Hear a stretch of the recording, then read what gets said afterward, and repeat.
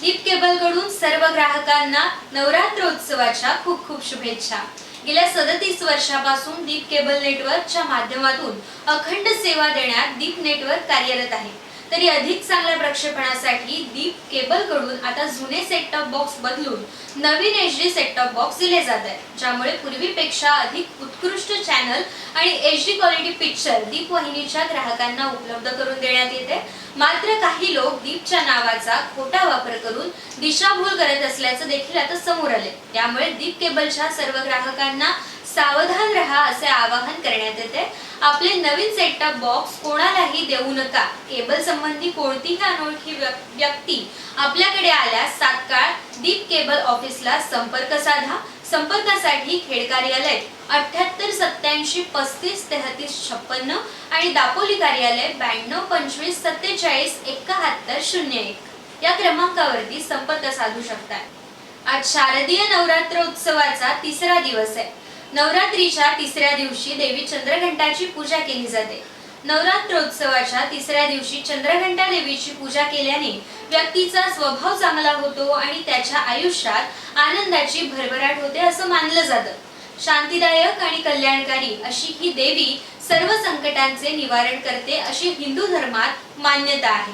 मस्तकावर घंटेचा आकार असणारा अर्धचंद्र असल्यामुळे हिला चंद्रघंटा देवी असं म्हणतात। दीपवाहिनीच्या सर्व प्रेक्षकांना नवरात्रोत्सवाच्या खूप शुभेच्छा। सुरुवात करूयात बातमीपत्राला, त्याआधी पाहूयात महत्त्वाच्या घडामोडी। चिपळूण येथील उड्डाणपूल कोसळला, सुदैवाने आमदार शेखर निकम थोडक्यात बचावल्याची माहिती समोर। आमदार शेखर निकम यांनी उड्डाणपूल घटनेवर व्यक्त केला संताप। चिपळूण येथील उड्डाणपूल कोसळणं ही दुर्दैवी घटना। सार्वजनिक बांधकाम मंत्री रवींद्र चव्हाण यांनी केली चिपळूण येथील उड्डाणपुलाची पाहणी। विधानसभा अध्यक्षांना शेवटची संधी, 30 ऑक्टोबरला होणार पुढील सुनावणी, मात्र सुप्रीम कोर्ट नाराज। धनगर जागर यात्रा निमित्त आमदार गोपीचंद पडळकर यांची खेडमध्ये सभा संपन्न। आणि रॉयल हॉस्पिटल खेडची मोफत ऑर्थोपेडिक OPD कोरेगाव प्राथमिक आरोग्य केंद्र येथे नव्याने सुरू। पाहूयात सविस्तर वृत्त। 16 ऑक्टोबर रोजी दुपारी 2:30 वाजण्याच्या सुमारास चिपळूण येथील मुंबई गोवा महामार्गावरती मोठी दुर्घटना घडली। चिपळूण येथील बहादूर शेख नाका येथील उड्डाणपूल कोसळला आणि सर्वांचा भीतीने थरकाप उडाला। सुदैवाने या दुर्घटनेत कोणतीही जीवितहानी झाली नाही, मात्र आमदार शेखर निकम या अपघातातून थोडक्यात बचावले असल्याची माहिती समोर आली आहे। सदर ब्रिजला तडे गेले होते, मात्र 16 ऑक्टोबरच्या दुपारी अचानक ब्रिजचा उर्वरित भाग कोसळला आणि याचा CCTV व्हिडिओ सुद्धा आता व्हायरल होतोय। सुदैवाने ब्रिज कोसळण्याच्या काही सेकंदाआधी त्याखाली उभे असलेले सर्वजण प्रसंगावधान राखत बाजूला पळाल्याने मोठा अनर्थ टळलाय। बहादूर शेख नाका येथील उड्डाणपुलाला क्रॅक गेल्याने आमदार शेखर निकम, राष्ट्रवादी शहराध्यक्ष मिलिंद कापडे, जयंत खताते, सचिन साडविलकर, सामाजिक कार्यकर्ते प्रकाश पवार, संबंधित यंत्रणेचे अधिकारी पाहणी करण्याकरता तेथे आले होते। उड्डाणपुलाची पाहणी केल्यानंतर आमदार शेखर निकम यांनी हायवेच्या वरिष्ठांना याबाबत माहिती देऊन तात्काळ दखल घेऊन येथील धोका टाळावा, अन्यथा मोठा अनर्थ घडेल अशा सूचना देत असतानाच काही क्षणातच हा उड्डाणपूल कोसळला। यात शेखर निकम यांच्या ढोपराला तर मिलिंद कापडी आणि सचिन साडविलकर यांना अनेक ठिकाणी मोठ्या दुखापती झाली असल्याची माहिती सूत्रांकडून आता उपलब्ध झाली आहे। तर शिवसेना उद्धव बाळासाहेब ठाकरे पक्षाचे आमदार भास्कर जाधव यांनी देखील या चिपळूण उड्डाणपूल कोसळण्याच्या घटनेवरती संताप व्यक्त केलाय। 2 राज्यांना जोडणारा पूल होण्यासाठी 12 वर्ष लागणे ही कोकणचे दुर्दैव असल्याचं म्हणत भास्कर जाधव यांनी सदर घटनेची केंद्र आणि राज्य सरकारला जबाबदारी घ्यावी लागेल असं म्हटलंय। मुंबई गोवा महामार्गाच्या संदर्भात दोन्ही सरकार गंभीर नसल्याचं भास्कर जाधव यांनी म्हटलंय। तर त्यांनी केंद्रीय मंत्री नितीन गडकरी यांच्यावर देखील जोरदार टीका करत गेली कित्येक वर्ष आम्ही गडकरी यांना मुंबई गोवा महामार्गावरून रस्त्याने प्रवास करण्याची विनंती करतोय, मात्र एकदाही ते या रस्त्याने आले नाहीत। यावरून मुंबई गोवा महामार्गाबाबत केंद्रीय मंत्री नितीन गडकरी हे किती गंभीर आहेत हे देखील दिसून आले असल्याची टीका भास्करराव जाधव यांनी व्यक्त केली आहे। मुंबई गोवा महामार्ग आणि कराड चिपळूण महामार्गाचा हा चौक आहे, सर्वात रहदारीचा महत्त्वाचा मार्ग आहे। गणपतीनंतर फास्ट काम केलं गेलं, त्यानंतर 4 गर्डरमधला एक गर्डर आहे त्याला क्रॅक गेले आणि 5 तासानंतर पूर्णतः कोसळलेला आहे। असं आहे की याबाबत टीका टिप्पणी तर करावी लागेलच, परंतु कधी कधी असं आम्हाला वाटतं की आमचं कोकणाचं दुर्दैवच प्रत्येक वेळी आड येतं की काय असं आम्हाला वाटायला लागलं. कारण हा जो मुंबई गोवा हायवे नंबर 66 आहे हा केवळ राज्यापुरेसा मर्यादित अशा प्रकारचा नॅशनल हायवे नाही, तर 2 राज्य जोडणारा हा नॅशनल हायवे आहे. आणि हा 2 राज्य जोडणारा नॅशनल हायवे हा गेली 12 वर्ष रखडलेला आहे. आणि हा रस्ता व्हावा म्हणून केवळ आम्ही लोकप्रतिनिधी नाही, तर ज्यांना असं वाटतं की या कोकणाचं पर्यटन, कोकणाचा विकास आणि देशातले इतर रस्ते चांगले झाले अशी आम्ही भाषणं ऐकतो, चर्चा ऐकतो, महाराष्ट्रातले काही रस्ते आम्ही चांगले बघतो, तर हा रस्ता देखील व्हावा याकरता अनेकांनी आपापल्यापर्यंत प्रयत्न केलेले आहेत. परंतु दुर्दैव आमचं एवढ्याकरता मी म्हणतो की याबाबत ना केंद्र सरकार गंभीर आहे ना महाराष्ट्र सरकार गंभीर आहे.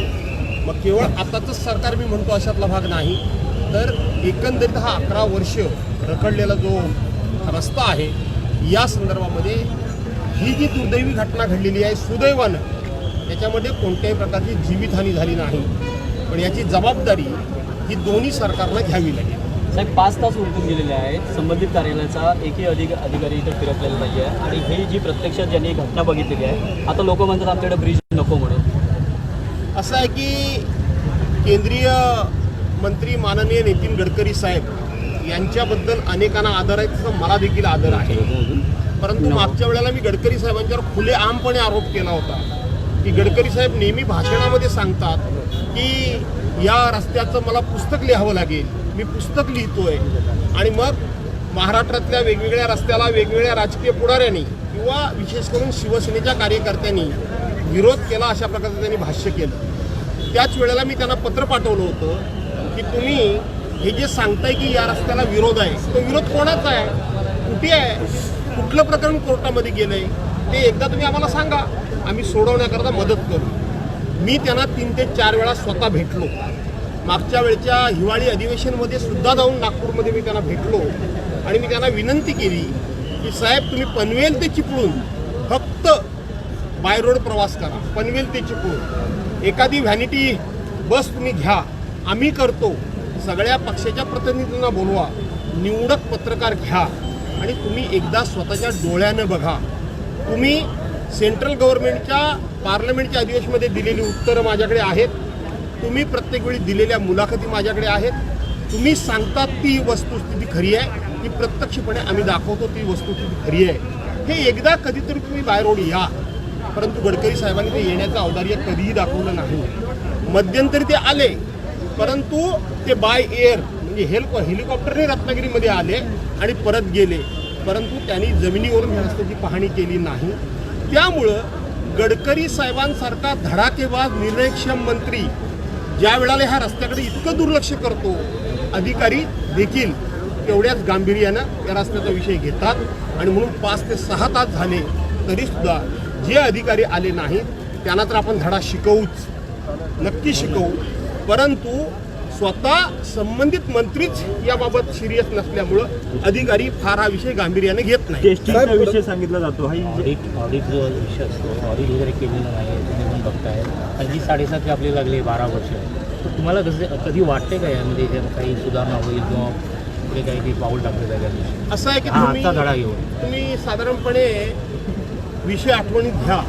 2014 साली विधानसभेच्या निवडणुका सुरू होण्यापूर्वी केंद्रीय मंत्री नितीन गडकरी साहेब आणि त्यांच्याबरोबर काही लोकांनी आपल्या याच 12 पुलांचं, या रस्त्यावरच्या 12 पुलांची भूमिपूजन केली.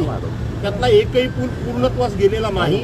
हा एक आपला पूल पूर्ण झालाय, पण तो एक साईड फक्त झालाय, दुसरी बाजू झालेलीच नाही. त्यामुळं तुम्ही म्हणताय तसं ऑडिट वगैरे हा विषय आहेच, नाही अशातला भाग नाही. पण याच्यानंतरचे रस्ते सुद्धा मोठमोठे पूर्ण झाले. हा रस्ता पूर्ण का होत नाही? हे डोंगर ज्या वेळेला प्राध्यापक दंडवते साहेबांनी कोकण रेल्वे कोकणामध्ये आणली आणि जॉर्ज फर्नांडिस साहेबांनी मदत केली, तेवढं तर डोंगरदडे ह्याला फोडावे लागत नाहीये. एक्झिस्टिंग रोडच्या बाजूनच फक्त थोडक्यात ही वाइंडिंग आहे, याच्यामध्ये काही नाही. एक फक्त कशेरी घाटातला टनेल सोडला तर ह्याच्यामध्ये अधिकचं काही नाही आहे. त्याला फक्त रोड वाइंडिंग करायचं आहे आणि म्हणून रोड वाइंडिंग सुद्धा होऊ शकलं नाही. त्यामुळं ही टेस्टिंग अधिकाऱ्यांचं लक्ष या सगळ्या गोष्टी भासणात गुंडाळलेल्या आहेत. कोकणावर कोण नाही कोणतंही राजकीय सूड उगवतंय असं माझं स्पष्ट मत आहे. शासनाचं तुमची मागणी काय असेल या क्षणाला? असं आहे की राज्य शासनाचं या अशा कामांवर जरी हा केंद्रीय मंत्रालयाचा विषय असला, नॅशनल हायवे असला, तरी सुद्धा राज्य शासनाचं याच्यावर सुपरविजन असतं. राज्य शासनाचे अधिकारी सुपरविजन करायला लागतात. आता आमचे कोकणातलेच बांधकाम मंत्री रवींद्र चव्हाण यांनी या रस्त्याला किती वेळा भेटी दिल्या पण या पुलाचं टेस्टिंग चाललंय की नाही चाललंय कधी बघितलं का? कधी थांबले का? कधी चौकशी केली का? कधी उच्चस्तरीय अधिकारी हे मंत्री जे येतात या मंत्र्यांना उच्चस्तरीय अधिकारी सुद्धा उपस्थित राहत नाही. लक्षात घ्या, आम्ही आमचा मोठेपणा सांगत नाही, परंतु आमच्यासारखा राज्यमंत्री असताना सुद्धा सचिव दर्जाचे अधिकारी आम्ही उपस्थित ठेवायचो एखाद्या मिटिंगला. त्यामुळे यांचा प्रशासनावर होल्डच नाही ही परिस्थिती आहे. राजीनामा दिला पाहिजे असं वाटतं. नका मागू राजीनामा ह्या मंत्र्यांनी, काही उपयोग होणार नाही. यांनी नैतिकता यांच्याकडे नाहीच आहे. त्यामुळे हे राजीनामा वगैरे देणार नाही आहे. फक्त नवरात्रासारख्या पवित्र उत्सवामध्ये आपल्या बहिरीच्या कृपेनं या ठिकाणी कुठलीही दुर्घटना होऊ झाली नाही याच्यात आपण समाधान मानूया. मला असं कळतंय की इथले स्थानिक आमदार आमचे मित्र शेखर निकम हे इथंच कुठेतरी बाईट देत होते आणि त्याच वेळेला ही दुर्दैवी घटना घडली. आपण त्यांचा राजीनामा मागण्यापेक्षा एवढंच म्हणू की आमच्या एका सहकार्याला कुठल्या प्रकारची इजा झाली नाही याचं समाधान आहे. चिपळूण येथील उड्डाणपूल कोसळला याची माहिती मिळताच सार्वजनिक बांधकाम मंत्री रवींद्र चव्हाण यांनी चिपळूण येथील बहादूर शेख नाका येथे भेट दिली. मुंबई गोवा महामार्गावरील कोसळलेल्या उड्डाणपुलाची त्यांनी पाहणी केली आहे. पूल कोसळणं ही दुर्दैवी घटना आहे. यामध्ये कोणतीही जीवितहानी झाली नाही हे सुदैव आहे असं म्हणत राष्ट्रीय महामार्ग प्राधिकरणाच्या गुप्ता, सिन्हा आणि मिश्रा या तिघा जणांच्या तज्ज्ञ समितीकडून तपासणी अहवाल आल्यानंतर दोषींवरती कारवाई केली जाईल असे मत सार्वजनिक बांधकाम मंत्री चव्हाण यांनी प्रसार माध्यमांशी बोलताना स्पष्ट केलंय. तर चिपळूण येथील उड्डाणपूल दुर्घटनेचे पडसाद आता चिपळूण शहरात उमटताना दिसून आले. चिपळूण मध्ये राष्ट्रवादीने प्रशासनावर हल्लाबोल चढवलाय. तालुका अध्यक्ष नितीन हसाळे यांच्यासह राष्ट्रवादीने सदर घटनेवरती जाहीर संताप व्यक्त केलाय. घटनास्थळी चिपळूण मध्ये राष्ट्रवादी तर्फे रस्त्यावर बसत संबंधित प्रशासनाचा जाहीर निषेध नोंदवण्यात आलाय. वळूयात पुढच्या बातमीकडे. 15 ऑक्टोबर 2023 रोजी नवरात्रोत्सवानिमित्त दापोली आगारातून दापोली तुळजापूर या पहिल्या बस फेरीचा शुभारंभ करण्यात आलाय. सदर एसटी बसमुळे नागरिकांना मोठा फायदा होणार असून नागरिकांनी एसटीचा वापर हा करत आपला प्रवास अधिक सुखकर करावा असे आवाहन यावेळेस करण्यात आले. यावेळी दापोली आगाराचे सहाय्यक कार्यशाळा अधीक्षक मुनाफर राजापकर, वाहतूक निरीक्षक हर्षल नाफडे, यांत्रिकी विभागाचे प्रमुख प्रकाश जोशी, चालक बाबासाहेब लोंढे, वाहक सुभाष घंटेवाड, आगारातील कर्मचारी सागर कोकणे आणि विविध पदाधिकारी मान्यवर यावेळेस उपस्थित होते. सदर बस ऑनलाईन आरक्षणाकरिता उपलब्ध असून या फेरीचा जास्तीत जास्त प्रवासी वर्गाने लाभ घ्यावा असे आवाहन दापोली आगार आणि कोकण एसटी प्रेमी ग्रुप यांच्या वतीने करण्यात आले. तर 17 ऑक्टोबर 2023 रोजी धनगर समाजाचे नेते आमदार गोपीचंद पडळकर यांचे धनगर जागर यात्रा निमित्त रत्नागिरीमध्ये हेलिकॉप्टरच्या सहाय्याने आगमन झाले.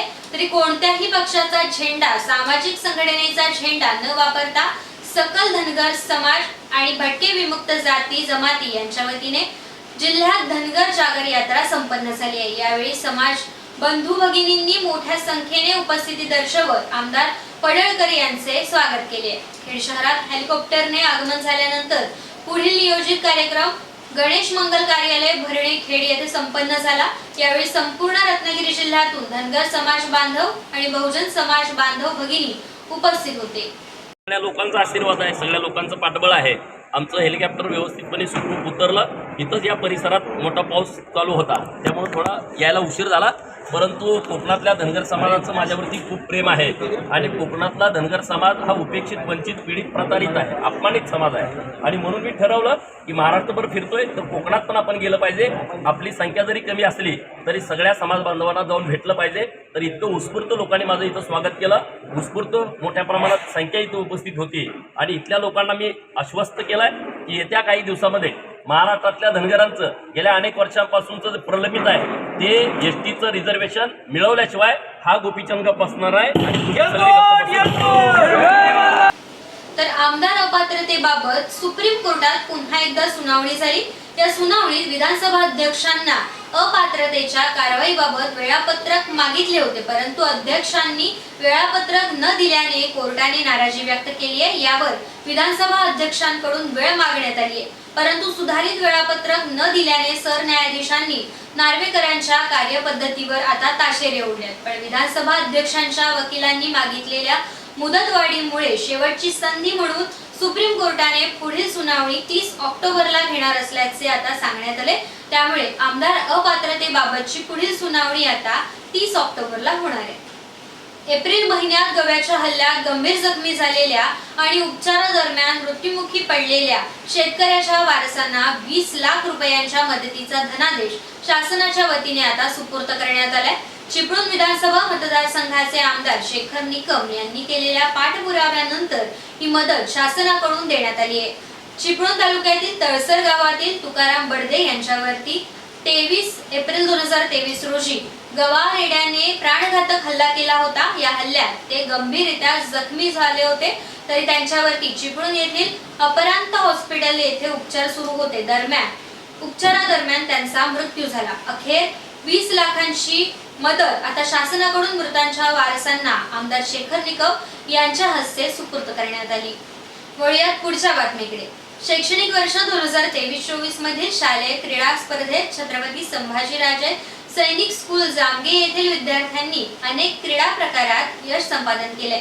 सदर शालेय क्रीडा स्पर्धेतील बॅडमिंटन या प्रकारात प्रशालेतील 14 आणि 17 वर्षाखालील मुलांच्या संघाने जिल्हास्तरीय स्पर्धेत विजय मिळवला.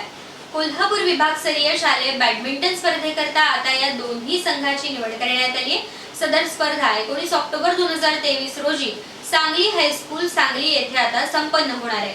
सदर स्पर्धेसाठी क्रीडा शिक्षक सूर्यवंशी यांनी सर्व खेळाडू विद्यार्थ्यांना मार्गदर्शन केले.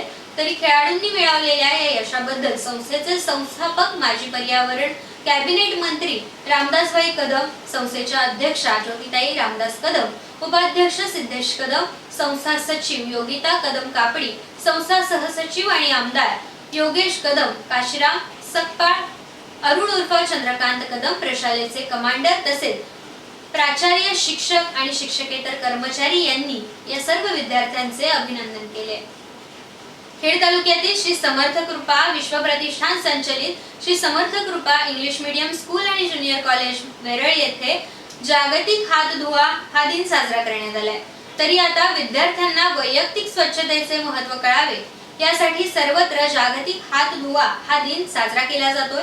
याचे औचित्य साधून कप बुलबुल आणि स्काउट गाईडच्या विद्यार्थ्यांसोबत 16 ऑक्टोबर 2023 रोजी जागतिक हात धुवा दिन साजरा करण्यात आला.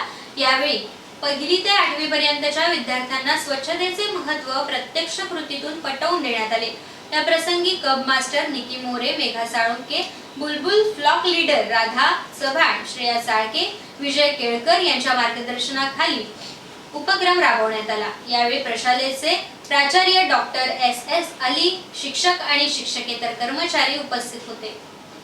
रुग्णसेवा हीच ईश्वर सेवा मानून वेगवेगळ्या उपक्रमाच्या माध्यमातून खेड तालुक्यातील अनेक रुग्णांना योग्य निदान आणि उपचार उपलब्ध करून देणारे तसेच खेडची आरोग्य संजीवनी म्हणून ओळख निर्माण झालेल्या रॉयल मल्टीस्पेशालिटी हॉस्पिटलची कोरेगाव प्राथमिक आरोग्य केंद्र येथे 16 ऑक्टोबर पासून ऑर्थोपेडिक OPD सुरू करण्यात आली आहे. तरी निष्णात अस्थिविकार तज्ञ डॉक्टर आशुतोष जाधव हे प्रत्येक सोमवारी रुग्ण तपासणी करता कोरेगाव प्राथमिक आरोग्य केंद्र येथे सकाळी 10 वाजल्यापासून उपलब्ध राहणार आहे. ज्यामुळे गुडघेदुखी, मानदुखी, पाठदुखी, मणक्याचे विकार अशा हाडांच्या आजारांनी ग्रस्त असलेल्या रुग्णांना याचा नक्कीच मोठा फायदा होईल असं मत कोरेगाव प्राथमिक आरोग्य केंद्राचे आरोग्य अधिकारी डॉक्टर मोरे यांनी यावेळेस व्यक्त केलं. तर आता राज्यात ST महामंडळाच्या ताफ्यात नव्या 2200 गाड्या दाखल होणार आहेत. ST कडून इतिहासात पहिल्यांदाच गाड्या बाहेरून बनवून ताफ्यात सामील करण्यात येण्याचा निर्णय घेण्यात आलाय. खराब गाड्यांमुळे महामंडळाची जी प्रतिमा मलिन झाली होती ती सुधारण्यास आता यामुळे मदत होणार आहे.